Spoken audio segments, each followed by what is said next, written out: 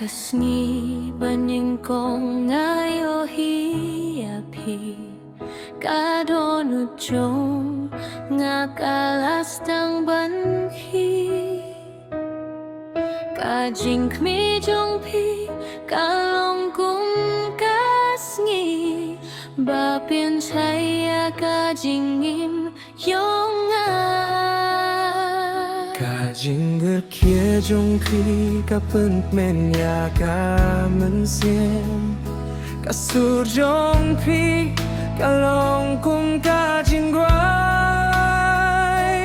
man kamit ngaduay tang banyo hibiang ya ketur jong pi kebal syong ha kedono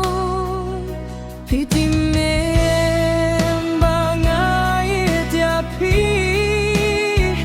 kadonut jong nakakotang yapi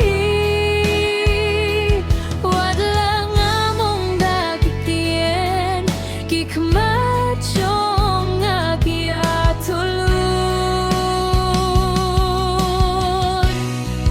pilong kajing rai jong kadonut kajing pos niubang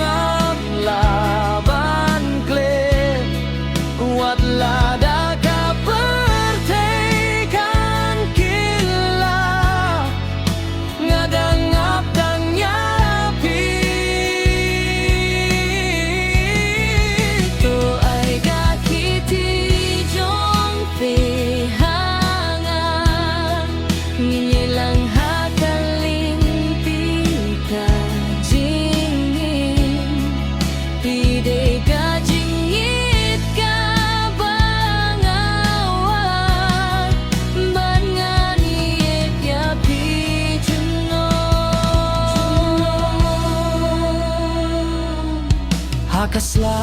hakaslabat hakasngi ngakwa bandon rengkat bati hakajing kemen bat kajing ge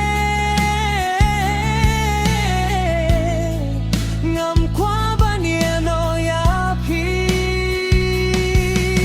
kapor kait stet hinray ngam tien namar pidon hakalyang jonga kajing it jongi kalong kakhana bapi pide jonga baro siarta lara ka perpekan persangban pengiaklan ngan sabat ngadim aimlan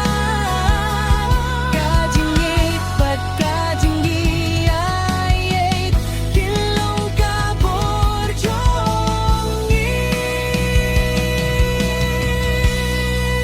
kilong kajing ruai jong kadonut